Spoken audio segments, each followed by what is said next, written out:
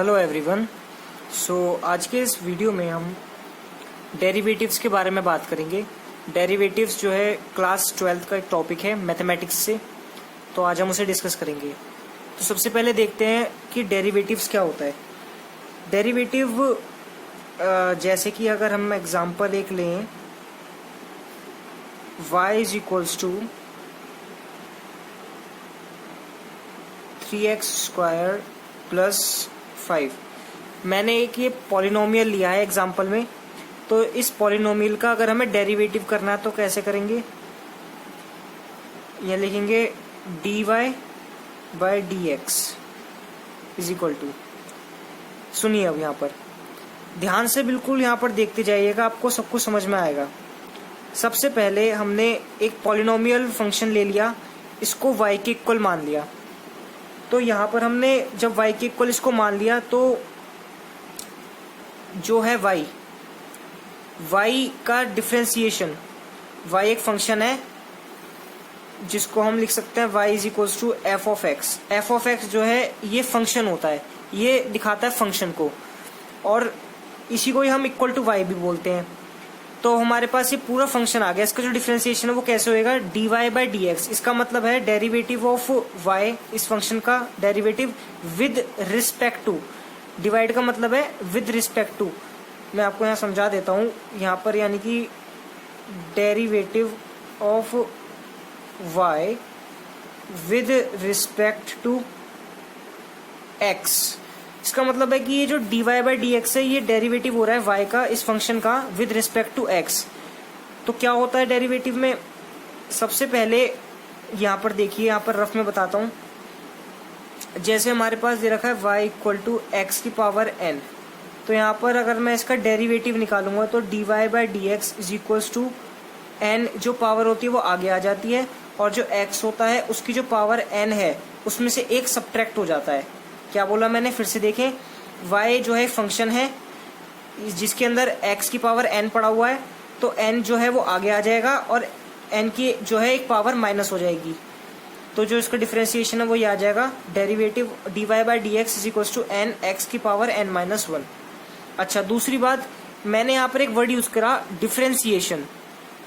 तो डेरिवेटिव का जो है ना दूसरा नाम क्या है, डिफरेंशिएशन।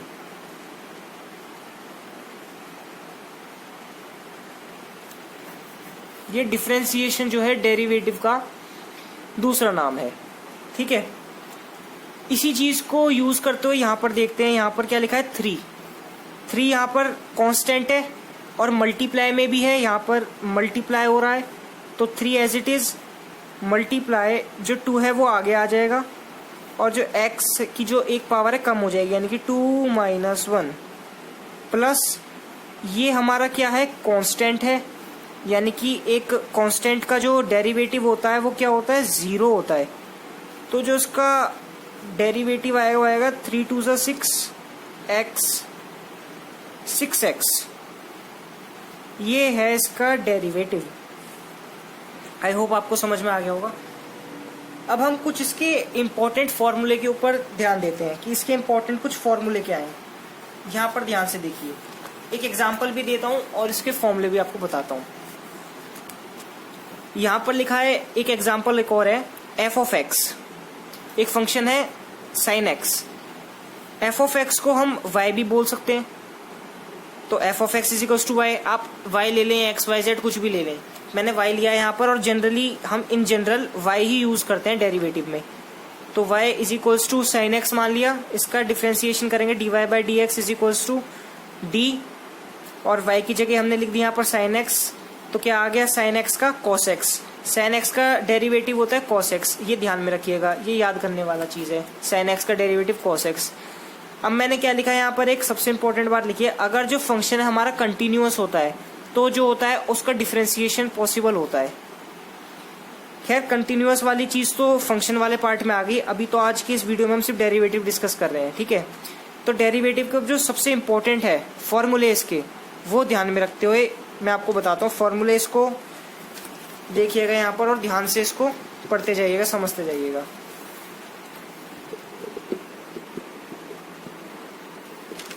देखिए यहाँ पर सबसे पहला जो है फॉर्मूला नंबर 1,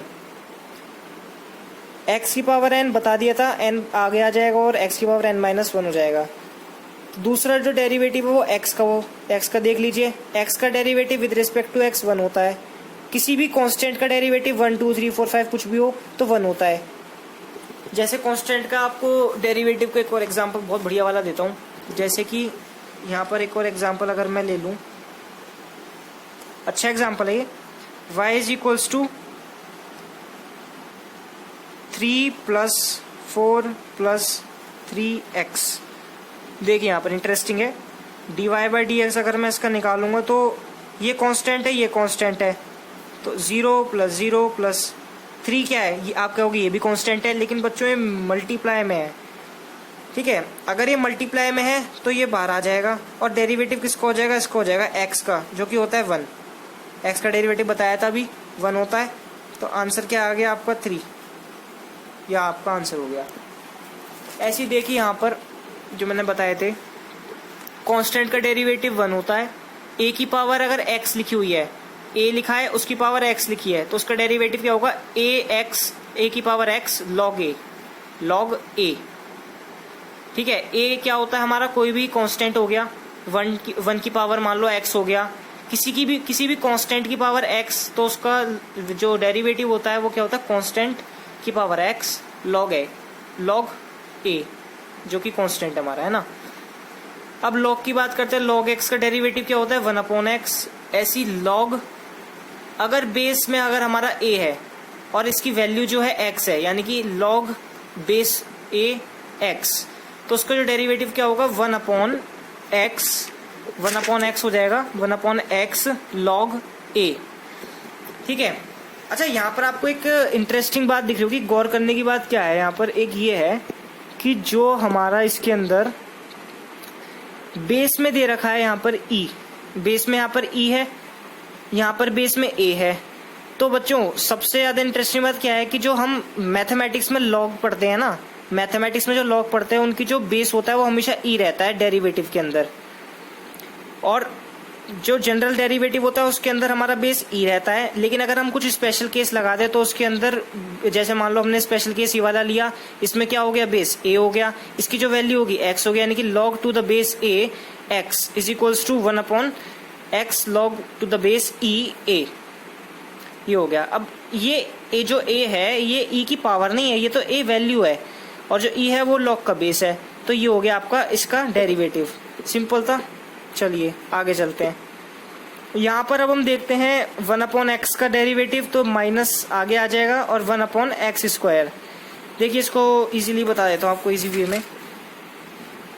जैसे मेरे पास y is equals to 1/x है, तो उसका जो डेरिवेटिव है वो कैसे होगा, ऐसे हो जाएगा। 1/x को मैं लिख सकता हूँ x की पावर -1, तो -1 बाहर आएगा, आगे आ जाएगा, -1 में से -1 करा तो क्या होगा, -1 x की पावर -2, इसे हम लिख सकते हैं 1/x², ये हो गया। ठीक है, यहाँ पर आते हैं वापस। ठीक है, ये हो गया। ऐसे एक √x का क्या हो जाएगा, पावर हाफ हो जाएगी, आगे आ जाएगा, x की पावर हाफ -1 हो जाएगा। तो जो सॉल्व करोगे तो आपका आ जाएगा 1/2 √x। इसको याद कर लीजिए, ये बहुत ज़्यादा यूज में आएगा। ठीक है, ऐसे ये आ गया। sin x का डेरिवेटिव cos x का -sin x, tan x का sec²x, cot x का -cosec²x, sec x का sec x tan x, और cosec x का -cosec cot x।